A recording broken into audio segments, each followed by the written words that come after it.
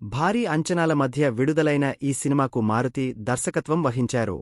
Horror ఫాంటసీగా తెరకెక్కిన ఈ cinema అభిమానుల అంచనాలను అందుకోవడంలో కాస్త తడబడిందని అభిమానులు అంటున్నారు. ప్రభాస్ లుక్స్, స్టోరీ ఆకట్టుకున్నప్పటికీ సినిమా ఎంగేజింగ్గా లేదు అని కొందరు అంటున్నారు. అలాగే ప్రభాస్ ఒక్కడే వన్ మ్యాన్ షో చేశాడని మరికొందరు.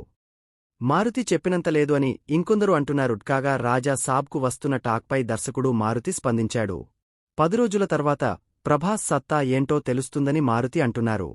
ప్రీమియర్ టైంలో జరిగిన గందరగోళం కారణంగా ఎవరూ సినిమాను ఎంజాయ్ చేయలేకపోయారని మారుతి చెప్పుకొచ్చారు.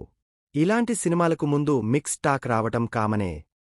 10 రోజుల తరువాత ప్రభాస్ స్టామినా ఏంటో తెలుస్తుందని అన్నారు మారుతి. టెక్నికల్ ఇష్యూ కారణంగా ది రాజాసాబ్లో ప్రభాస్ సెకండ్ లుక్కు సంబంధించి సీన్స్ రిలీజ్ రోజు యాడ్ చేయలేదు.